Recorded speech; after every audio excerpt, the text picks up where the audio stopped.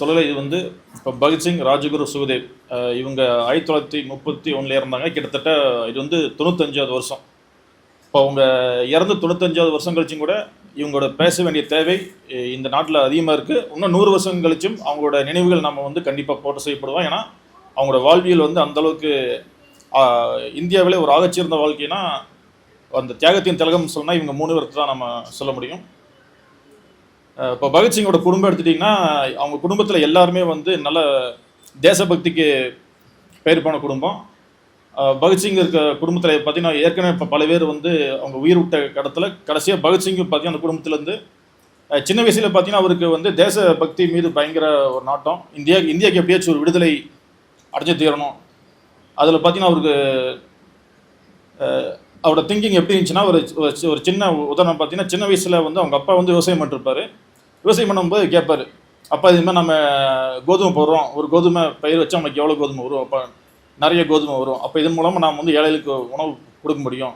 இதேமாதிரி நம்ம வந்து துப்பாக்கியை பதிச்சு வச்சு தண்ணியை ஊற்றி அப்போ நம்மளுக்கு ஒரு 1000 துப்பாக்கி கிடச்சா நம்ம வந்து இராணுவத்துக்கு கொடுத்து அது மூலமாக ஆங்கிலேயர் படையை வந்து நம்ம வெண்டா இந்தியாவுக்கு சுதந்திரம் கிடைக்கும். இப்போ சின்ன வயசில் பார்த்தீங்கன்னா அவருக்கு நாட்டம் வந்து அந்தளவுக்கு இருந்துச்சு. சின்ன வயசில் பகத்சிங்கை ஈர்த்தவர் யார் பார்த்தீங்கன்னா காந்தி தான். ஸோ காந்தி தான் ஆரம்பத்தில் வந்து பகத்சிங் வந்து ரொம்ப போற்றி அவரோட எல்லா போராட்டத்துலையுமே பார்த்தீங்கன்னா சின்ன வயசில் ரொம்ப அந்த போராட்டத்தின் மேலே ரொம்ப தீவிரமாக முன்னெடுத்து போயிருக்காரு. ஸோ இந்த விஷயங்கள் பார்த்தீங்கன்னா பகத்சிங் த லெஜண்ட் பகத்சிங் அப்படிங்கிற திரைப்படத்தில் நல்லா காமிச்சிருப்பாங்க. நல்லா ஆக்ரோஷமாக இருந்து ஒரு கடத்தில் பகத்சிங் என்னாங்கன்னா காந்தி சில போராட்டங்களை முன்னெடுப்பார், உண்ணாவிரதம் எடுப்பார், ஒரு 2 நாள் இருப்பார், உண்ணாவிரதத்தை முடிச்சுப்பார், மறுபடியும் 1 மாதம் கழிச்சு ஒரு உண்ணாவிரதம் எடுப்பார். அப்போ பகத்சிங் என்னாச்சுன்னா இவர்கிட்ட ஒரு தொடர்ச்சியான போக்கு இல்லை, இவர்கிட்ட ஒரு ஸ்திரத்தன்மை இல்லை. அப்போ ஒரு கட்டத்தில் பார்த்தீங்கன்னா ஒரு போராட்டம் பண்ணும்போது பார்த்தீங்கன்னா இந்தியாவுக்குள்ளே ஒரு சின்ன கலவரம் ஆயிரும். இப்போ காந்தி உடனே அந்த போராட்டத்தை நிற்கும்போது பகத்சிங்க்கு வந்து கடுமையான எரிச்சல் ஏறும். என்னடா மக்கள் வந்து கொந்தளிப்பு, ஆனால் கணிச்சலை வந்து இவர் வந்து போராட்டத்தை கேன்சல் பண்ணுறாரு, இந்த போராட்டத்தை ரத்தாச்சுன்னா மக்களோட மனநிலையை வந்து ரொம்ப தப்பாக போயிடும். இப்போ காந்தி வந்து ஒரு உணர்ச்சி வசப்படுற இடத்துல வந்து மக்களோட உணர்வுகளை வந்து சரியாக உள்வாங்கலை. அப்படிங்கிற இடத்துல பார்த்தீங்கன்னா பகத்சிங்க்கு வந்து காந்தியோட போராட்ட வடிவங்கள் மேலே அவருக்கு ஒரு மாற்று கருத்து வருது. இந்த மாற்று கருத்து முடிஞ்ச கட்டத்தில் பார்த்தீங்கன்னா பகத்சிங்க்கு ஒரு 13-14 வயசில் பார்த்தீங்கன்னா அவர் வந்து நிறைய கட்டுரைகள் எழுதியிருக்காரு.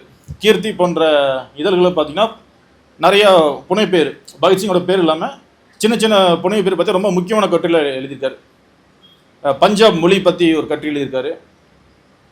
அப்போ அந்த டைமில் பார்த்தீங்கன்னா சீக்கியர்கள், இஸ்லாமியர்கள், இந்துக்கள் இவங்க 3 பேர்த்துக்கும் பார்த்தீங்கன்னா மதக்கலவரம் ரொம்ப கோலாச்சல் டைமில் வந்து தைரியமாக வந்து அவர் ஒரு கட்டுரை எழுதுறாரு. இந்த மத பிரச்சனைக்கு தீர்வு வந்து வர்க்க அரசியல் தான். கட்டுரையோட தலைப்பு அப்படி வச்சே பேசுகிறாரு. இன்றைக்கி நம்ம வாழும் காலத்தில் பார்த்திங்கன்னா மதவாத அரசியல் தான் இந்தியாவில் பேசும் பொருளாக இருக்குது. இந்த மதவாத அரசியலை எப்படி எதிர்கொள்ளணும், இல்லை மண்ணுக்கேற்ற மார்க்சியமா, இல்லை எப்படி பண்ணலாமா, பெரியார் கூட வச்சுக்கலாமா, அம்பேத்கரை கூட வச்சுக்கலாமா, இப்படி தத்துவ குழப்பங்கள் கோலோச்சர காலத்தில் பகத்சிங் அன்னைக்கே தெளிவாக சொல்லிட்டார், வர்க்க அரசியல் தான் இந்த மத பிரச்சனைக்கான தீர்வு. ஸோ இவங்க ஏகாதிபத்திய அரசு வந்து மதத்தை வந்து ஒரு ஆயுதம் வச்சுட்டு மக்கள்கிட்ட வந்து பிரச்சனையை திசை திருப்பி இவங்களுக்குள்ள சண்டை முட்டி விடுறாங்க. அப்போ சண்டை போடும் போதுன்னா மக்கள் வந்து ஒன்றா சேர்றதுக்கான வாய்ப்பை வந்து இந்த அரசு வந்து நயவஞ்சமாக இப்போ பயன்படுத்துகிறாங்க. அப்போ இதையெல்லாம் மீட்டு எடுக்கணும்னா அவங்கள வர்க்க அரசியலை வந்து உழைக்கும் மக்களாக, விவசாயிகளாக அணித்திருந்தால் மட்டும்தான் நம்ம இதை எதிர்கொள்ள முடிஞ்சலி பகத்சிங் வந்து அந்த இளம் வயதில் வந்து ரொம்ப ஒரு முக்கியமான கட்டுரை எழுதுறாரு. அப்போ இந்த கட்டத்தில் பார்த்தீங்கன்னா அவர் கல்லூரிக்கு போகும்போது அங்கே இருக்க தோழர்கள் மூலமாக, அங்கே இருக்க பேராசிரியர்கள் மூலமாக இடதுசாரி கருத்துக்கள் மீது அவருக்கு தாக்கம் வருது. ஆரம்பத்தில் பார்த்தீங்கன்னா அந்த அனர்கிஸ்ட் மூமெண்ட் பகுனின், அப்புறம் இவர் ஆகஸ்ட் வைலண்ட் போன்ற தோழரோட எழுத்துக்கள், அவங்களோட போராட்ட வடிவங்கள்லாம் பார்க்குறாரு. அந்த கட்டத்தில் பார்த்தீங்கன்னா சைமன் கமிஷனை வந்து இந்தியாவுக்குள்ள ஒரு பெரிய பிரச்சனை கொண்டு வருது. ஸோ சைமன் கமிஷனை எதிர்த்து பார்த்தீங்கன்னா இந்தியாவில் வந்து இந்தியா முழுக்க கடுமையான போராட்டம் போயிட்டுருக்கு. அந்த போராட்டத்தில் வந்து பகத்சிங்கும் அவங்களோட தோழர்களும், ராஜகுரு போன்ற தோழர்களும், சுகதேவ் போன்ற தோழர்களும் வந்து உள்ளுக்குள்ளே வராங்க. அந்த டைமில் பார்த்தீங்கன்னா லாலா லஜபதி ராய் பஞ்சாப் உள்ளிட்ட மற்ற மாநிலங்களில் வந்து ரொம்ப போற்றப்போடி தோழர். அந்த தோழரை வந்து ஸ்காட், அப்புறம் ஆண்டர்சன் உள்ளிட்ட ஆங்கிலேயர் படைகள் வந்து கடுமையாக தாக்கி ஒரு 10-15 நாள் ஒரு சிகிச்சை பலனாமல் இறந்து போயிடுறாரு. அவரோட மரணம் பற்றி இந்தியாவுக்குள்ளே கடுமையான ஒரு கொந்தளிப்பு உண்டாக்குது. அப்போ வந்து பஞ்சாபில் இருக்கிற துர்காதேவி அப்படிங்கிற ஒரு நபர், துர்காதேவி வந்து இந்த பகதீஸ்வரன் தோழோட வைஃப் இல்லாமல் உன்னியர் தோழர். ஸோ அவங்க வந்து கேட்குறாங்க, பஞ்சாபில் யாருக்குமே வீரம் இல்லையா, இப்படி ஒரு தோழரை வந்து ஆங்கிலேய அரசு வந்து ரோட்டில் நாய் அடிச்ச மாதிரி கொண்டிருக்காங்க, இதை பார்த்து எப்படி அமைதிக்குன்னு அவங்க வந்து ஒரு கோபமாக அந்த அந்த பிரச்சனை பற்றி பேசுகிறாங்க. அப்போ மக்களோட கருத்தை பகத்சிங் உள்வாங்கிட்டு என்ன பண்ணுறாருன்னா தோழரோட முடிவு பண்ணுறாரு, இதுக்கு நம்ம பழிக்கு பழி வாங்கணும். அப்போ என்ன பண்ணுறாருன்னா ஸ்காட் ஆண்டர்சனை வந்து நம்ம தீர்த்துக்கூடன்னு சொல்லி முடிவு பண்ணுறாரு. ஸோ இதில் ஒரு சின்ன ஒரு வரலாற்று சம்பவம் என்ன பார்த்தீங்கன்னா, அந்த டைமில் வந்து அகிலத்தோட 6வது மாநாடு வந்து ரஷ்யாவில் நடக்கும்போது இங்கே இருக்க கம்யூனிஸ்ட் பார்ட்டி தோழர் வந்து பேசியிருக்காரு. ஸோ இந்தியாவில் வந்து எங்கூட வந்து HSRA தோழர்கள் ஒரு 5-6 பேர் கலந்துப்பாங்க. பகத்சிங் வரன்னு சொல்லும்போது ஸ்டாலின் பேசியிருக்காரு, பகத்சிங் தோழர்கள் வந்து எங்களுக்கு மீட் பண்ண சொல்லுங்கள். பகத்சிங் இந்த செய்தி வரும். பகத்சிங் என்ன சொன்னான்னா, எங்களுக்கு ஒரு முக்கியமான பணி இருக்குது. அந்த பணி என்னன்னா, நான் ஆண்டர்சனை இது மாதிரி லஜபதி ராய் கொண்டவன் நாங்கள் வந்து பழிக்கு பழி வாங்கணும். அந்த காரணத்துக்காக பார்த்தீங்கன்னா ஸ்டாலினை மீட் அவர் சந்திக்க வேண்டிய வாய்ப்பு வந்து தவிர்க்கப்படுது. ஸோ ஆண்டர்சனை போகிறாங்க, ஆண்டர்சனை கொல்றாங்க. ஸோ ஒரு விஷயம் முடிச்சிடாரு.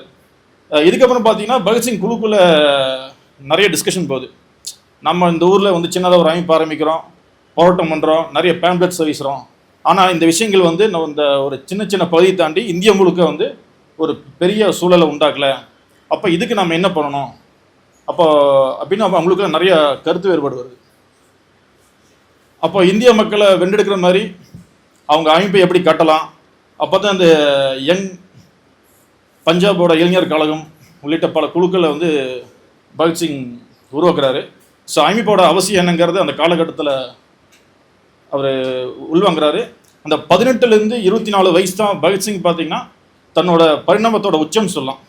ஸோ அந்த காலகட்டத்தில் நடந்த முக்கியமான விஷயம் என்ன பார்த்தீங்கன்னா, பார்லிமெண்ட்டில் வந்து 2 மசோதா கொண்டு வராங்க. ஒன்று தேசிய பாதுகாப்பு மசோதா, ஒன்று வந்து தொழில்தர சட்டம். இந்த தொழில்தர சட்டம் வந்து இப்போவும் இந்த நம்ம நாட்டில் வந்து 2020 புதுசாக மாற்றிருக்காங்க. ஸோ இந்த சட்டம் வந்து இப்போ இந்தியாவுக்குள்ளே என்ன பிரச்சனை நம்ம எப்படி எதிர்கொண்டோங்கிறத நம்ம எல்லோரும் பார்த்துருப்போம். இந்த விஷயத்தை வந்து பகத்சிங் பார்க்குறாரு. திருப்பி வந்து இவங்க வந்து உழைக்கும் மக்கள் ஏற்கனவே வந்து ஆங்கிலேய அரசில் வந்து ரொம்ப சுரண்டப்படுறாங்க, இது மேலும் மேலும் வந்து ரொம்ப உக்கிரமாக போகும்னு சொல்லிட்டு இதை எப்படி எதிர்கொள்ளணும்னு அவங்ககிட்ட திட்டமிடுறாங்க.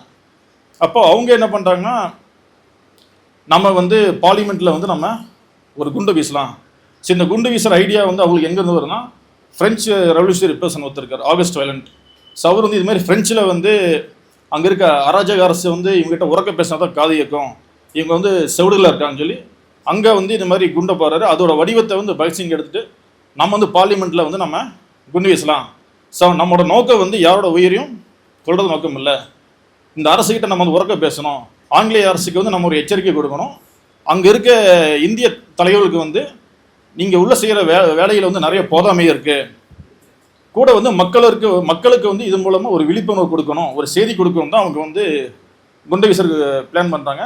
அப்படி குண்டு வீசும் போது யார் பண்ணலாம், யார் பேசாமல் போது இவர் பட்டிகேஸ்வர் தத் அப்படிங்கிற தோழரை வந்து எல்லாரும் ஏற்றுக்கிட்டாங்க. அவர் வந்து நல்ல விஷயத்தை கடத்துகிற வந்து நல்ல அந்த சமூஜன புத்தியில் வந்து நல்லா பேசக்கூடிய தோழர். அப்புறம் உன்னிய தோழர் யார் போலன்னு பேசும்போது அவங்களுக்குள்ள ஆர்குமெண்ட் வருது. பகத்சிங் போலன்னு சொல்லும்போது ஆசாத் என்ன சொல்கிறாருன்னா, ஏற்கனவே அந்த சேனசன் கேஸை வந்து ரைட்டாக அரசு வந்து திரும்பி நோண்டுறாங்க, இந்த இடத்துல வந்து ரிஸ்க் எடுக்க வேண்டாம், ஏன்னா நீ வந்து அமைப்பில் ரொம்ப முக்கியமான நாள், நீ அங்கே போயிட்டீங்கன்னா அமைப்பை வந்து மக்களிடம் கொண்டு போகிறதுல நம்மளுக்கு நிறைய பின்னடை வரும், வேண்டாம் அப்படிங்கிறாரு. பகத்சிங்கை வந்து ஆசாத்தை கன்வின்ஸ் பண்ண பார்க்குறாரு. ஆசாத் வந்து அந்த இயக்கத்தில் ரொம்ப முன்னணி தோழர். பகத்சிங் தொடர்ந்து பேசுகிறாரு, கன்வின்ஸ் ஆகலை. அப்புறம் மறுபடியும் சுகதேவுக்கும் பகத்சிங்கும் ஒரு சின்ன கருத்து முதல் வருது. சுகதேவ் சொல்கிறார், என்ன பகத்சிங் உங்களுக்கு உயிர் மேலே திடீர்னு ஆசை வந்துருச்சா, நம்ம இயக்கத்திலே எல்லா வகையிலும் அறிவு ரீதியாக, சிந்தனை ரீதியாக, ஒரு விஷயத்தை கடத்துற ரீதியாக, மொழி ரீதியாக, ஆங்கிலம் எல்லாத்துலேயுமே நீ தான் வந்து ரொம்ப ஆற்றல் மிக்க ஆளாக இருக்க, ஆனால் நீ வந்து போகாமல் இங்கே வந்து பேம்ப்ளெட் கொடுக்கறது, சொற்பொழிவாற்ற வேலையை பார்த்தோம்னா சரியாகாது. அப்போது நம்ம இயக்கத்துக்கு எடுக்கிற வேலையில் யார் வந்து ஆகச்சிருந்தாலோ அவங்க தான் வந்து அந்த வேலையை செய்யணும், அப்போ அந்த வேலைக்கு வந்து சரியான நபர் நீ தான் சொல்லி அவங்களுக்குள்ள ஒரு கருத்து முதல் வருது. அப்போ நட்போட்டத்தில் பார்த்தீங்கன்னா நம்ம தோழர் வந்து போய் அந்த பணியில் செஞ்சு ஒரு ஆபத்தை சந்திக்கணும், இப்போ நம்ம எஸ்கேப் பண்ணலாம் அப்படிங்களா அவங்ககிட்ட நட்பே இல்லை. நம்ம தோழர் வந்து ஒரு வேலை செஞ்சால் ஆகச்சு அந்த வேலையை செய்யணும், அந்த வேலையை வந்து இந்திய மக்களுக்கு எப்படி பயனளிக்கும் அப்படிங்கிறத பார்த்தீங்கன்னா சுகதேவ் பகத்சிங்கும் அந்த கிழத சேவைகள் பார்த்தீங்கன்னா அவங்களுக்கு நடக்கிற விவாதங்கள் பார்த்தீங்கன்னா ரொம்ப அருமையாக இருக்கும். ஸோ ஒரு புரட்சியாளரோட நட்பு வந்து பார்த்தீங்கன்னா அவங்க இலக்கு நோக்கி தான் இருக்கு. அந்த புத்தகத்தில் வர நிறைய கட்டுரை வந்து ரொம்ப சிறப்பாக இருக்கும். அடுத்த நாள் மறுபடியும் பகத்சிங் போகிறாரு. ஆசாத்திட்ட கடும் விவாதத்துக்கு பிறகு ஆசாத் ஒத்துக்கிறார். பகத்சிங் சொல்றாரு, தொடர் நம்ம இயக்கத்துக்குள்ளே எல்லாரும் ஜெயிலுக்கு போகிறது இந்த பிரச்சனையை சந்திக்கல புதுசு தானே, என்னை கேள்வி எப்படி நம்ம ஜெயிலுக்கு நம்ம போகிறோம்னு சொல்லி அவர் கொஞ்சம் கன்வின்ஸ் பண்ணிடுவார். கன்வின்ஸ் பண்ண பிறகு பார்த்தீங்கன்னா பார்லிமெண்ட் போகிறாங்க. பார்லிமெண்ட் மேலே போயிட்டு நம்ம எனக்கு தெரிஞ்சிருந்தோம் எந்த இடத்துல வந்து காலி இருக்கைகள் இருக்கோ அந்த இடத்துல பாம்பு போகிறாரு. ஒரு 2-3 பேர்த்துக்கு கூட சின்ன சிறப்பு காயங்கள், சில பெஞ்சு மட்டும் உடஞ்சிது. அதை தாண்டி பெருசாக எதுவுமே இல்லை. இவங்களே வாலண்டியராக போய் கைதாகிறாங்க. கைது ஆரம்பித்து பார்த்தீங்கன்னா அவங்க என்ன பண்ணுறாங்க, இப்போ வந்து இந்த பிரச்சனையை வந்து இந்தியா முழுக்க பார்க்கும், ஏன் உலகம் முழுக்க பார்க்கும். ஒரு பார்லிமெண்ட்டில் இப்படி அட்டாக் ஆகுது, அப்போ இவங்க வந்து ஏன் இந்த விஷயத்த பண்ணன்னு சொல்லி மக்களும் நம்ம மேலே கவனத்தை திருப்பாங்க. அப்போ இதன் மூலமாக நம்ம வந்து நீதிமன்றத்தை வந்து நமக்கு ஒரு பிரச்சார மேடையாக மாற்றலாம். அப்போ நம்ம நோக்கங்களை வந்து சொல்லி இந்தியா முழுக்க இந்த நோக்கத்தை கொண்டு போகிறதுக்கு இதுதான் சரியான பிளாட்ஃபார்ம். அப்போ நம்ம இலக்குக்கு வந்து எந்த வடிவத்தை எடுக்கலாம், அந்த வடிவமுறை எப்படி கடத்தலாங்கிறத வந்து பகத்சிங் வந்து ரொம்ப உறுதி வந்திருக்காரு. அப்போ கோர்ட்டுக்கு போயிட்டு அவங்க சொல்கிறாங்க, நாங்கள் ஏன் குண்டு வீசினோம், எங்களுக்கு வந்து இந்த உலகத்திலே ரொம்ப புனிதமாக கருதுற விஷயம் வந்து மனிதனோட உயிர் தான். எங்களுக்கு வந்து யாரையோ பழியவங்கிற நோக்கம் கிடையாது. எங்களுக்கு அப்படி பழியவங்க முடிவு இருந்தால் சைமனே வந்து அந்த கூட்டத்தை கொண்டு வந்தார். ஸோ இந்த சைமன் கமிஷனில் தான் நீங்கள் லாலா லஜபதி அடிச்சுக்கொண்டீங்க. நான் நினச்ச குண்டை வந்து சைமன் மேலே வீசியிருக்கலாம். ஆனால் அவங்க நோக்கம் வந்து சைமனை கொள்றதில்லை. ஸோ இந்தியாவில் வந்து இந்த புரட்சிகர கருத்தை வந்து மக்களிடம் கொண்டு போகிறதுக்கு இதோட ஒரு சிறந்த தருணம் வந்து அவங்களுக்கு இல்லைன்னு சொல்லி என்ன பண்ணுறாங்க. இதையே வந்து பகத்சிங் நல்லா கேபிடலைஸ் பண்ணுறாரு. கோர்ட்டில் வந்து அவர் நடக்கிற விஷயங்கள் எல்லாமே பார்த்தீங்கன்னா செய்தித்தாளாக பிரிண்ட் ஆகி மக்களுக்கு போகும்போது பார்த்தீங்கன்னா பகத்சிங் வந்து என்ன லட்சியத்துக்காக இருக்கிறாரு, என்ன பண்ணுறான்னு சொல்லி மக்களுக்கு வெளியே கருத்துக்கள் போகுது. இவங்களோட கருத்துக்கள் வந்து பார்த்தீங்கன்னா மக்கள்கிட்ட பயங்கரமான வரவேற்பு வருது. இந்த காலகட்டத்தில் பார்த்தீங்கன்னா சிறைச்சாலைகளுக்கு போகும்போது சிறை கைதிகளுக்கு வந்து நிறைய உரிமைகள் மறுக்கப்படுது. சரியான உணவு இல்லை, அவங்களுக்கு படிக்கிறதுக்கான நாளிதழ் இல்லை, புத்தகம் படிக்கிறதுக்கு இல்லை. ஸோ இதையெல்லாம் வச்சுட்டு பகத்சிங் வந்து உண்ணாவிரத போராட்டம் ஆரம்பிக்கிறாரு. உண்ணாவிரத போராட்டம்னா ஒரு நாள் 2 நாளில் கிட்டத்தட்ட ஒரு 63 நாள் இந்த உண்ணாவிரதம் நீடிக்குது. இடையில பார்த்தீங்கன்னா ஆங்கிலேய அரசு வந்து இவங்ககிட்ட வந்து உணவை எப்படியாச்சும் சாப்பிடுச்சான்னு சொல்லி பகத்சிங் பண்ண தோலையில் அடித்து அவங்க கிட்டத்தட்ட மயக்கமாயிடுறாங்க. இந்த மூக்குக்குள்ள டியூப் மூலமாக தண்ணி பால் வகை ஊற்றலாம் ரொம்ப டார்ச்சர் பண்ணி கிட்டத்தட்ட இந்த மயக்க முடியாது பார்த்தீங்கன்னா பல நாள் மயக்கம் அமைச்சிட்டே இருக்காங்க. ஸோ பகத்சிங் அப்புறம் அந்த ஜதேந்திர தாஸ் இவங்களோட உண்ணாவிரத போராட்டம் பார்த்தீங்கன்னா கடைசியில் சுகதேவ் போன்ற எல்லாருமே அந்த உண்ணாவிரத போராட்டத்தில் கலந்துக்கிறாங்க. 63 நாள் அப்படிங்கிறது வந்து அன்னைக்கு வந்து பெரிய விஷயம். அதிகபட்சம் பார்த்தீங்கன்னா இந்தியாவில் நடந்த உண்ணாவிரதம் பார்த்தீங்கன்னா 1 நாள், அரை நாள் இப்படி தான் கேள்விப்பட்டிருப்பாங்க. அவங்க 63 நாள் தொடர்ந்து உண்ணாவிரதம் இருக்கும்போது என்னங்கன்னா அது இந்திய மக்கள் மத்தியில் கடும் கொந்தளிப்பு வருது. இந்திய மக்கள்கிட்ட மட்டும் இல்லை, கிட்டத்தட்ட ஆங்கிலேய மக்கள்கிட்ட மத்தியிலுமே பயங்கர எதிர்ப்பு. ஒரு மனிதனை இப்படி நீங்கள் டார்ச்சர் பண்ணக்கூடாது. அப்போ அவங்க கோரிக்கையை வந்து அரசுகிட்ட கொடுக்குறாங்க. அரசு என்ன சொல்லுது, இந்த கோரிக்கை நாங்கள் ஏற்றுக்கிறோம். அப்போ ஆங்கிலேய அரசு வந்து வன்முறை வழியாக மட்டும் இல்லாமல் ஒரு அறவழியிலும் பகத்சிங் என்ன பண்ணுறாரு, அந்த சிறைச்சாலைக்குள்ளே என்ன வடிவத்தை எடுக்கும்னு சொல்லி ரொம்ப தெளிவாக வந்திருக்காரு. ஆனால் ஆங்கிலேய அரசு அந்த இடத்துல வந்து நயவஞ்சமாக ஒரு பிளான் பண்ணுறாங்க. நாங்கள் உங்கள் கோரிக்கையெல்லாம் நிறைவேற்றன்னு சொல்லி ஒரு வாக்குறுதி கொடுக்குறாங்க. அந்த டைமில் பார்த்தீங்கன்னா இவர் ஜதேந்திர தாஸ் வந்து மருத்துவமனைக்கு உடம்பு ரொம்ப முடியாமல் போய் கொண்டு போகிறாங்க. அவர் வந்து மாத்திரை மருந்து எதுவுமே சாப்பிட மாட்டேங்கிறாரு, தண்ணியும் கொடுக்க மாட்டேங்கிறாரு. பகத்சிங் சொல்லார், எப்போ நம்ம போட்டோம் ஜெயிச்சிட்டோம், ஆங்கிலேய அரசு நம்ம கோரிக்கையை எதிர்த்து தயவுசெய்து மாத்திரை போனால் நம்ம லட்சியம் அடையும், நான் வந்து எதுவும் பண்ணாமல் சொல்லி ஜதேந்திர தாஸ் வந்து இறந்துறாரு. அவர் இறந்த பிறகு பார்த்தீங்கன்னா 10 நாள் அவர் உடல் வச்சு அந்த ஏரியா முழுக்க பார்த்தீங்கன்னா ஊர்வலம் கொண்டு வராங்க. மக்கள் மத்தியில் பெரிய கொந்தளிப்பு உண்டாகுது. ஆங்கிலேய அரசுக்கு ஒரு அச்சம் உண்டாகுது. ஏன்னா ஒருத்தர் இறந்த பிறகும் மக்கள் மத்தியில் வந்து அவங்க செயல் வந்து இவ்வளோ வீரியம் போகுதுன்னு சொல்லி ஆங்கிலேய அரசு கடும் அச்சம் ஏறிச்சு. ஆனால் அப்பவும் பார்த்தீங்கன்னா அந்த கோரிக்கையை வந்து சொல்கிறாங்க, நாங்கள் வந்து விரைவில் அந்த கோரிக்கையை நிறைவேற்றுவோம். நம்ம பிஜேபி அரசு சொல்கிற மாதிரி ஒரு அறிக்கையை விடுறாங்க. ஆனால் அந்த காலகட்டம் முடியுது. பகத்சிங் மறுபடியும் ஒரு 21 நாள் போராட்டம் உண்டார். அந்த 63 நாள் உணவு முடிச்சுட்டு ஒரு மனிதன் இயல்பாக உணவை வந்து எடுத்துக்க முடியாது. ரொம்ப சின்னதாக தான் உணவு எடுத்துக்க முடியும். உடல் நலம் வந்து அவ்வளோ வருத்தி பண்ணார். மறுபடியும் 23 நாள் அந்த உணவரதம் கன்னியாகுது. அதுக்கப்புறம் தான் ஆங்கில அரசு வேறு வழி இல்லாமல் சமரசம் பண்ணுறாங்க, உங்கள் கோரிக்கையை வந்து நிறைவேற்றப்படும் சொல்கிறாங்க. இந்த விஷயம் பார்த்திங்கன்னா மக்கள் மத்தியில் பெருசாக பேசப்படுது. ஏன்னா இது வரைக்கும் நம்ம வச்ச கோரிக்கையை வந்து ஆங்கிலேய அரசு இது வரைக்கும் பெரிய அளவில் அக்செப்ட் பண்ணதே இல்லை. அவங்களா பார்த்து சின்ன சின்ன சீர்திருத்தங்கள் சலுகைகள் தான் வாங்கிட்டு வந்தவரை நம்ம ஒரு கோரிக்கையை வச்சு அது ஆங்கிலேய அரசை வந்து மண்டியிட வச்சது பார்த்தீங்கன்னா பகத்சிங் தான் அந்த டைமில் முதல்ல பண்ணுறாரு. ஸோ இவங்க கருத்துக்களும் இவங்க போராட்ட வடிவங்களும் இதெல்லாம் பார்த்தீங்கன்னா மக்கள் மத்தியில் நல்ல ஒரு ரீச் இருக்குது. இந்த டைமில் பார்த்தீங்கன்னா மறுபடியும் அந்த ஆண்டர்சன் கேஸ் எடுக்கிறாங்க. ஸோ ஆண்டர்சன் கேஸில் பார்த்தீங்கன்னா இவங்க மேலே குற்றம் நிரூபிக்கப்படுது. அப்போ அந்த டைமில் பார்த்தீங்கன்னா சட்டத்தில் நிறைய ஓட்டைகள் இருக்குது, இதை பயன்படுத்தி நம்ம வெளியே வந்துடலாம்னு சொல்லி அங்கே இருக்க சில நபர்கள் வந்து பகத்சிங் அப்பா கிட்ட அந்த செய்தி எடுத்துறாங்க.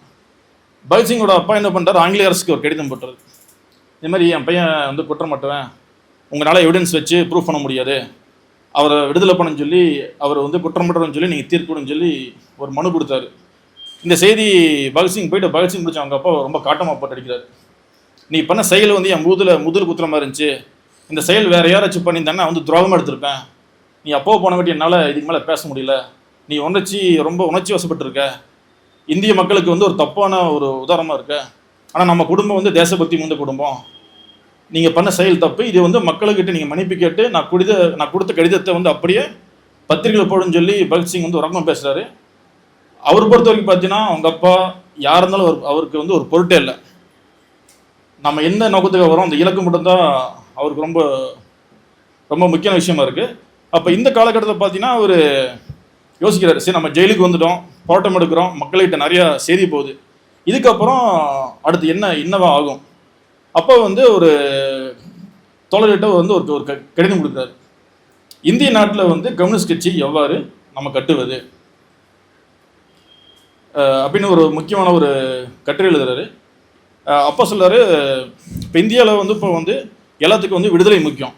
ஸோ விடுதலை முடிஞ்சப்போ நம்ம அடுத்து என்ன இப்போ பண்ண போகிறோம், ஆங்கிலேய அரசுக்கு பதிலாக இந்திய சார்பாக இருக்க முதலாளிகள் கொண்டு உட்கார போகிறோமா, இதனால் என்ன பெரிய மாற்றம் வரப்போகுது, அவங்களும் சுரண்ட போகிறாங்க இவங்களும் சுரண்ட போகிறாங்க, இதை தாண்டி வேற என்ன வரப்போகுது, அப்போ இதுக்கு தான் நம்ம எழுத போராட்டம் பண்ணுறோமா, அப்போது இவங்ககிட்ட வந்து அதை வென்றெடுக்கிறதுக்கான வழிமுறை என்ன இருக்குது, இவங்ககிட்ட ஒன்றுமே இல்லை, யாரை வச்சு இந்த போராட்டம் பண்ண போகிறாங்க, அப்போ இந்தியகிட்ட இருக்க வணிகர்கள் வச்சு போராட்டம் பண்ண முடியுமா இல்லை முதலாளிகள் வச்சு போராட்டம் முடியுமா, முதலாளிகளுக்கு வந்து அவங்களோட உடைமைக்கு ஏதாச்சும் ஆபத்துனா கண்டிப்பாக போராட்டத்தில் கலந்துக்க மாட்டாங்க, அப்போ எப்படி இதை வென்றெடுக்க போகிறாங்க, அப்போ புரட்சி பண்ணோன்னா புரட்சி பண்ணுறதுக்கான நம்மகிட்ட அணிகள் என்னவா இருக்குது, அப்போ அணிகள் நம்மகிட்ட ரெண்டு விஷயம் தான், ஒன்று தொழிலாளர் வர்க்கம் உழைக்கும் மக்கள் வரணும், விவசாயிகள் மக்கள் வரணும், இந்த ரெண்டு மக்கள்கிட்டையும் நம்ம போகாமல் இந்தியாக்குள்ளே புரட்சி எப்படி நம்ம வென்றெடுக்க முடியும், அப்போ விடுதலை மட்டும் நம்ம நோக்கம் இல்லை, இந்திய மண்ணில் வந்து சோசியலிச அரசு உருவாக்கி இனிமேல் இந்த உலகத்தில் போரே இல்லை, ஒரு அமைதியான சமூகத்தை உருவாக்குறத நம்மளோட லட்சியம் சொல்லி இந்த விஷயத்தை கடத்துறாரு. அப்போ இந்த விஷயத்தை எப்படி அடையிறது, ஒரு 5 பேர் குழு வச்சு நம்ம பண்ண முடியுமா, வாய்ப்பு இல்லை, அப்போ நம்மளுக்கு ஒரு 5 தேவை, அப்போ தான் சொல்கிறாரு கட்சியை கட்டுங்க. ஸோ கட்சி எப்படி கட்டுறது, கட்சிக்குள்ளே பார்ட் டைமாக வந்து நான் புரட்சி பண்ணுறேன்னு சொல்கிறாங்களா, நீங்கள் தயவுசெய்து ஓரமாக உட்காருங்க, இவங்களால ஒன்றும் பண்ண முடியாது. அப்போ என்ன சொல்கிறாரு, லெனின் சொல்கிற மாதிரி எனக்கு full timer professional communist professional revolution வேணுங்கிறார், ஃபுல் டைமாக யார் இந்த தேசத்துக்காக நான் வந்து என் உயிரை கொடுக்க ரெடி, நான் அர்ப்பணிப்போட செய்கிறேன், அந்த மாதிரி 30 பிடிங்கிறார். அவங்களுக்கு நீங்கள் பயிற்சி கொடுங்க, வெறும் வன்முறை மட்டும் இந்த புரட்சிக்கு வெற்றி அடையுது, வன்முறைங்கிறது வந்து ஏகாதிபத்திய அரசு ஒரு அச்சமுற்றுக்கான ஒரு கருவி தான், ஆனால் அது மட்டுமே புரட்சியை வென்றெடுக்க முடியாது. அப்போ இந்த மாதிரி வர நபர்கள் நீங்கள் வந்து பயிற்சி கொடுங்க, அவங்களுக்கு வர்க்க அரசியல் பற்றி பேசுங்க, சர்வதேச அரசியல் பற்றி விஷயங்களை கற்றுக் கொடுங்க, மக்கள் மத்தியில் ஒர்க் பண்ண வைங்க, அங்கேருந்து அணிகளை பிடிங்க, அப்போ கட்சிக்கான ஆட்கள் எங்கேருந்து வருவாங்க. அப்போ சொல்கிறார் நம்மளுக்கு ஒரே வழி மாணவர் இளைஞர் மட்டும்தான். அப்போ மாணவர்கிட்ட நீங்கள் மாணவருக்கான அமைப்பை உருவாக்குங்க, இளைஞருக்கான அமைப்பை உருவாக்குங்க, அங்கே அவங்களுக்கு வந்து கட்டுரை எழுத சொல்லுங்கள், அவங்களுக்கு வந்து பேச சொல்லுங்கள், அவங்களுக்கு வந்து பத்திரிகை நடத்த சொல்லுங்கள், பத்திரிகை விநியோகிக்க சொல்லுங்கள், இதில் வந்து அனுபவம் பட சொல்லுங்கள், இதன் மூலமாக அங்கே இருக்க சைட்லேருந்து நம்மளுக்கு வந்து தோழர்களை உருவாக்கலாம். இதெல்லாம் பண்ணுறதுக்கு நம்மளுக்கு ஒரு காலம் தேவைப்படும், 10 வருஷம் ஆனாலும் 10 வருஷம் நீங்கள் பொறுமையாக தான் இருக்கணும், 10 நாள் பொறிச்சவரை நீங்கள் வந்து வன்முறை கேள்வித்தால் அது சரிபட்டு வராது. ஆனால் அந்த 10 வருஷம் எப்படி இருக்கணும், சூழலை உருவாக்குற இடத்துல நீங்கள் இருக்கணும், இல்லாட்டி சூழல் தானாக வந்துச்சுன்னா அந்த சூழலை வென்றெடுக்கிற மாதிரி தலைவர்கள் கொண்ட கட்சியாக இருக்கணும். ஸோ கட்சி அவர் எப்படி சொல்கிறாருன்னா, இராணுவ கட்டமைப்பில் ஒரு நல்ல ஒரு உருக்கு என்ன சொல்கிறார், இந்த இரும்பு சொல்லுவாங்க, நல்ல எஃகு உருவு கொண்ட அந்த மாதிரி வடிவத்தில் கட்சி இருக்கணும், அப்படி இருந்தால் மட்டும்தான் நம்மளால் புரட்சியை வென்றெடுக்க முடியும். அப்படி ஒரு சிந்தனை உள்ள ஒரு இயக்கம் இந்தியாக்குள்ள நான் கண்ணில் பட்ட வரைக்கும் எங்கேயுமே இல்லைன்னு சொல்லி தன்னோட ஆதங்கத்தை பட்டுறாரு. ஒரு கடை சொல்கிறாரு, எனக்கு இந்த மாதிரி ஒரு செயல் திட்டம் என் மனசுக்கு ஒரு நாள் ஓடிட்டே இருக்கு, ஆனால் இதை வந்து இந்தியாவுக்குள்ளே செயல்படுத்துறதுக்கான அமைப்போ நபரோ யாரும் இல்லை, ஒன்றும் தலைவர்கள் அந்த மாதிரி தியாகம் செஞ்சு பல பொறுப்புகளை சுமக்கிற தலைவர்கள் யாரும் இல்லை. இப்போ எல்லாருமே வந்து இப்போ அந்த டைமில் காங்கிரஸ் வந்து எங்களுக்கு வந்து டொமினியன் அந்தஸ்து வேணும்னு கேட்குறாங்க. அந்த டொமினியன் அந்தஸ்து வந்து அவங்க விருப்பப்பட்டு கேட்கல. இவங்க செஞ்ச வேலைகள் வந்து இளைஞர் மத்தியில் வந்து கொந்தளிப்பினால இவங்க சும்மா இருக்க முடியுமா, இவங்க வந்து அந்த நிர்பந்தத்தின் பேரில் தான் டொமினியன் அந்தஸ்துக்கு கேட்குறாங்க. அப்போ பகத்சிங் சொல்றாரு, சட்டமன்றத்தில் நம்மளுக்கான உரிமை என்ன இருக்குது? நீங்கள் 10,000 தீர்மானம் போடலாம், ஆனால் வயசில் நினச்சா என்ன பண்ணலாம்? இவங்க தீர்மானம் செல்லாதுன்னா அங்கே முடிஞ்சு போச்சு. அப்போ அதில் போய் பேசி நம்ம என்ன பண்ணுறது? அப்போ சட்டமன்றத்தில் உங்களுக்கான வாய்ஸ் ஒன்றுமே இல்லை. அப்போது வெறும் இந்த மாதிரி நம்ம எலெக்ஷனை ஜெயிக்கிறது இந்த மாதிரி விஷயங்கள் மட்டும் போதாது. கட்டாயமாக நம்மளுக்கு வந்து விவசாயிகள், மாணவர்களோட, தொழிலாளர் வர்க்கத்தோட ஆதரவு இல்லாமல் நம்மளால் புரட்சி செய்ய முடியாது. இப்போ புரட்சி செய்யணும், இதுக்கான வேலைகள் நீங்கள் செய்யாமல் சொல்லி முதல்ல இந்திய சமூகத்தில் புரட்சிக்கான ஒரு கட்டமைப்பு, கட்சிக்கான கட்டமைப்பு வந்து சொன்னது வந்து ஒரே என்ன பண்ணால் அது பகத்சிங் மட்டும்தான். இப்போ பகத்சிங் இந்த கட்டத்தில் பார்த்தீங்கன்னா அந்த கோர்ட்டில் தீர்ப்பு வருது. கிட்டத்தட்ட அவருக்கு மரண தண்டனை வந்து ஃபிக்ஸ் பண்ணுறாங்க. ஸோ இந்த இடத்துல பார்த்தீங்கன்னா இந்திய மக்கள்கிட்ட வந்து கடும் கொந்தளிப்பு இருக்குது. இவங்களை எப்படியாச்சும் தூக்கில் போடாமல் இருக்கணும், இவங்களை சாகடம் பார்த்துக்கோன்னு சொல்லி அந்த ஒரு மனநிலை பார்த்தீங்கன்னா இந்திய மக்கள்கிட்ட இருக்குது. கிட்டத்தட்ட கையெழுத்து இயக்கம்லாம் பண்ணுறாங்க. 10 லட்சம் பேர் இப்போ கையெழுத்து இயக்கம் நடத்திருக்காங்க. பல பேர் ரத்தத்தாலும் கூட கையெழுத்து கொடுத்து இவங்க உயிரை எப்படியாச்சும் காப்பாதுன்னு சொல்லி கடும் நிர்பந்தம் இருக்குது. இந்த நிர்பந்தம் பார்த்தீங்கன்னா அந்த காலகட்டத்தில் இருந்த எல்லா அரசியல் கட்சிக்குள்ளேயும் அந்த தாக்கம் இருந்துச்சு. காங்கிரஸ் கட்சி உட்பட அந்த தாக்கம் இருந்துச்சு. அப்போ இவங்க என்ன பண்ணுறாங்கன்னா அந்த டைமில் பெரியலாம் காந்தி தான். ஸோ காந்திகிட்ட வந்து சொல்கிறாங்க, நீங்கள் எப்படியாச்சும் ஆங்கிலேய சைடு பேசி பகத்சிங்கோட தூக்குதலை நிப்பாட்டுங்க, இல்லாட்டி அந்த தண்டனை குறைச்சிக்கொஞ்சு ஒரு கோரிக்கையை வைக்கிறாங்க. ஸோ அந்த இடத்துல பார்த்தீங்கன்னா இர்வின் காந்தி ஒப்பந்தம் வருது. ஸோ இர்வின் காந்தி ஒப்பந்தத்தில் பார்த்தீங்கன்னா காந்தி போய் பேசுகிறாரு. அங்கே வந்து காந்தியோட கோரிக்கை வந்து பெரிய அளவு ஏற்கப்படல. காந்தி வந்து அந்த ஒப்பந்தத்தில் கையெழுத்துறாரு. அதில் ஒரே ஒரு விஷயம் மட்டும்தான் இருக்குது, குற்றமற்ற அரசியல் கைதிகளை மட்டும் நீங்கள் விடுவிச்சிக்கலாம்னு சொல்லி தான் ஒரே ஒரு சரத்து மட்டும்தான் இருக்கு. தவிர பகத்சிங், சுகதேவ், ராஜ்குரு இந்த 3 பேர் ஒரு வார்த்தையும் கூட சரத்தில் வரவே இல்லை. அப்போ காந்திக்கே பார்த்தீங்கன்னா இந்திய மக்கள் மத்தியில் கடும் கொந்தளிப்பு வருது. காந்தி போகும்போது உலகத்திலே வந்து ஒரு ஆகச்சிறந்த தலைவருக்கு வந்து மக்கள் வந்து கருப்பொடி காட்டினாங்கன்னா அது இந்தியாவில் தான் நடந்துச்சு. ஏன்னா பகத்சிங்கோட செயல்பாடு வந்து மக்கள்கிட்ட வந்து அந்தளவுக்கு ஒரு கொந்தளிப்பு உண்டாக்குச்சு. அப்போ என்ன பண்ணாங்கன்னா இந்த இர்வின் காந்தி ஒப்பந்தம் வந்து கையெழுத்தாயிருச்சு. காங்கிரஸ் கட்சியில் மாநாட்டில் இது அங்கீகரிச்ச மட்டும் தான் அது வந்து செயல்பாட்டுக்கு வரும். அப்போ ஆங்கில அரசு என்ன யோசிக்குன்னா, இவனுக்கிட்ட விட்டா என்ன சொல்லுவாங்க, இல்லை நீங்கள் மறுபடியும் வந்து இதை வந்து மறுபசை பண்ணுங்க, இல்லாட்டி இதில் சரத்து நீ கொண்டு வந்து தான் நாங்கள் அங்கீகரிப்பேன்னு சொல்லி இதை வந்து தள்ளி வைக்கலாம்னு சொல்லி அரசு என்ன பண்ணுதுன்னா தூக்கு தண்டனைக்கு வந்து ஒரு நாள் ஃபிக்ஸ் பண்ணாங்க. அதுக்கு முன்னமே வந்து பகத்சிங், ராஜ்குரு, சுகதேவ் வந்து தூக்கில் போகிறாங்க. தூக்கில் போகிறதுக்கு முன்னாடி பார்த்தீங்கன்னா பகத்சிங் வந்து ஏதாச்சும் வாழ்க்கையில் ஏதாவது சில பகுதியில் வாழணுமா, இல்லை வந்து இந்த தண்டனை குறித்த ஒரு கருத்து என்ன, இல்லை அவருக்கு அச்சமாகன்னு சொல்லி தோழர்களை வந்து பகத்சிங் கிட்ட கடிதம் கொடுக்குறாங்க. ஏன்னா அப்போ இருக்க ஜெயிலுக்கு காலத்தில் பார்த்தீங்கன்னா இப்போ சிக்னல் காமிக்கிற மாதிரிலாம் அடிக்கடி போய் பேச முடியாது. அப்போ கடிதம் எழுதும்போது பகத்சிங் சொல்லார், அப்பா எல்லாத்துக்கும் மாதிரி எனக்கும் உயிர் வழங்குறது ஆசை வந்து இயற்கையானதான். ஆனால் அந்த ஆசை வந்து என்னால் ஒரு கண்டிஷன்ஸோடு இருக்க முடியாது. ஒரு சிறை கைதியாவோ இல்லை போலீஸ் கண்காணிப்போடு என்னால் வந்து அப்படியே இருக்க முடியாது. எனக்கு வந்து உயிர் வாழ ஒரு ஆசை இருக்குது. ஆனால் மக்கள் வந்து என்னை வந்து புரட்சி ஒரு பிம்பம் மாற்றிட்டாங்க. இப்போ நான் வந்து தூக்குதலில் தப்பிச்சு வெளியே வந்தால் இந்த மக்கள் என்னை பற்றி என்ன யோசிப்பாங்க, இந்த பிம்பம் உடையப்பெல்லாம் புரட்சி மேலே ஒரு களங்கம் உண்டாகலாம், அது சரியில்லை. ஆனால் எனக்கு உயிர் வாழன்னு ஒரு ஆசை வந்துச்சுன்னா எனக்கு எப்படி அந்த ஆசை வரும்னா, நான் வந்து எனக்குள்ள வந்து இப்போ நிறைய சிந்தனைகளோடு இந்த உலகத்தில் நிறைய மாற்றங்கள் கொண்டு வந்த பல சிந்தனைகள் இருக்குது. அதில் ஒரு பங்கு கூட என்னால் பூமியில் நிறைவேற்ற முடியல. எனக்கு உயிர் வாழன்னு தோணுச்சுன்னா இந்த மாதிரி காரணத்துக்கு வேணால் எனக்கு தோணுமே தவிர மற்றபடி விஷயத்தில் எனக்கு உயிர் மேலே ஒரு ஆசை, ஒரு பிரச்சனையும் இல்லை. ஆனால் வந்து மக்கள் மத்தியில் வந்து ஒரு கடுமையான கொந்தளிப்பு இருக்குது. பகத்சிங் எப்படியாச்சும் நம்ம காப்பாற்றி ஆகணும். இப்போ பகத்சிங் சொல்லணும்னா மக்கள்கிட்ட இந்த கருத்து ரொம்ப உச்சத்தில் இருக்கும்போது நான் வந்து தூக்கில் தங்கணும். என் மரணம் வந்து எப்படி இருக்குன்னா மக்களோட மனநிலை கிளறி நம்மளுக்கு விடுதலை வேணும், ஆங்கில அரசு விரட்டி ஆகணும் அப்படிங்கிற மனநிலை உண்டாக்குற கண்டிஷன்ஸ் வச்சா நான் வந்து அந்த தருணத்தில் தான் என் உயிர் போகணும். அப்போது இந்த இடத்துல பார்த்தீங்கன்னா இந்த சம்பவத்துக்கு முன்னாடி பகத்சிங்க்கும் ராஜ்குருக்கும் ஒரு சின்ன ஒரு கடித போக்குவரத்து இருக்குது. ராஜ்குரு சொல்கிறாரு தீர்ப்புக்கு முன்னாடி, எனக்கு ஒரு வேளை ஆயுள் தண்டனை கொடுத்துட்டா நான் தற்கொலை பண்ணிப்பேன். என்னால் வந்து 18 வருஷம் 19 வருஷமெல்லாம் ஜெயிலுக்குள்ளே உட்காந்துக்க முடியாது, எனக்கு ரொம்ப சோர்வாயிரும், நான் தற்கொலை பண்ணேன்னு சொல்லி பகத்சிங் பேசுறாரு. பகத்சிங் வந்து மறுபடி சுகதேவுக்கு ஒரு கடிதம் எழுதுறாரு. இதுக்கு முன்னாடி பார்த்தீங்கன்னா பகத்சிங் ஒரு இடத்துல சொல்லியிருப்பாரு, தற்கொலை வந்து சில இடத்துல ஒரு குறிப்பிட்ட சூழ்நிலைக்கு வந்து நியாயமானதுன்னு பேசும்போது சுகதேவ் வந்து கடுமையாக எதிர்க்காரு. உலகத்தில் வந்து தற்கொலை மாதிரி ஒரு கொலைத்தன விஷயம் எதுவுமே இல்லை. அன்னைக்கு நீ இப்படி சொன்ன, நான் அப்படி சொன்னேன், ஆனால் இன்னைக்கு என்னாச்சு, என் கருத்துக்கு நீ வந்துட்ட, உங்கள் கருத்துக்கு நான் வந்துட்டேன். ஸோ ஜெயிலுக்குள்ள வரும்போது நம்ம மனநிலை கொஞ்சம் பாதிக்கப்படும். ஆனால் தற்கொலை வந்து எதுக்குமே தீர்வாகாது. இப்போ உண்ணாவிரத போராட்டத்தில் வந்து ஜதேந்திர தாஸ் வந்து 63 நாள் உண்ணாவிரதம் இறந்தார். அதை நீ தற்கொலைன்னு சொல்லுவியா? அப்போ அந்த தியாகத்தை நீ எப்படி எடுத்துப்ப? ஸோ அப்போ சொல்லுவார், தற்கொலை வந்து எந்த பிரச்சனைக்கும் தீர்வாகாது. தற்கொலை வந்து என்னென்னா ஒரு விஷயத்த பயப்பட்டு நம்மளோட வாழ்நாளை சுருக்கி கொள்றது தான் தற்கொலை. அப்போ ஒரு புரட்சியாளர் என்ன பண்ணணும், தற்கொலை பண்ணக்கூடாது. உனக்கு என்ன இப்போ ஜெயிலுக்குள்ளே வந்து கஷ்டமாக இருக்கா, ஜெயிலுட்டு வெளியே போனால் மட்டும் உனக்கு என்ன ரொம்ப நாடு சுபிட்சமாக இருக்கா, அங்கேயும் இப்படி தான் இருக்க போகிற. இப்போ என்ன சொல்லுன்னா 18 வருஷம் ஜெயிலுக்குள்ளே இருக்குன்னா ஜெயிலுக்குள்ளே இருந்து அந்த கஷ்டம் தாங்கிறதுக்கான மன உறுதியும் இது வந்து ஒரு புரட்சியாளர் வந்து கண்டிப்பாக அதை கை கொள்ளணும். அப்போ சொல்லுவார், எனக்கு வாழ்க்கையில் ஆசைப்பாசங்கள் இருக்கும், சந்தோஷங்களும் இருக்கும், ஆனால் நான் நினச்ச எல்லாத்தையுமே ஒரு கட்டத்தில் கை விடனா கை விட்டுருவேன், அந்த மனப்பக்குவம் எனக்கு இருக்குது அப்படிங்கிறாரு.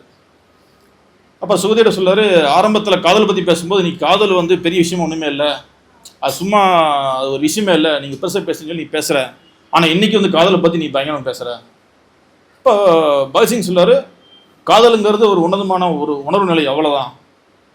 ஆனால் இந்த மாதிரி ஒரு புரட்சி கட்டத்துக்கு வரும்போது எனக்கு வந்து புரட்சி தான் ஃபஸ்ட்டாக இருக்குது. அப்போ சொல்கிறாரு, இப்போ உங்ககிட்ட யாராச்சும் வந்து இது மாதிரி ஒரு பலகீன மனநிலை வந்தால் நீ கொஞ்சம் அன்பாக பேசு, நீ வந்து பிடிச்ச ரொம்ப ரஃப்மட்டாக பேசினா அவங்க கூட தொடரில் பேச மாட்டாங்க. ஏன்னா நான் வெளியேறதுக்கப்புறம் ஐம்பை கட்டுறதுக்கு வந்து தகுதியுள்ள நபர் நீ மட்டும்தான். இப்போ நீ வந்து தோழர்கிட்ட ரொம்ப கடுமையாக பேசினா வந்து மன உளைச்சலுக்கு ஆளாவாங்க.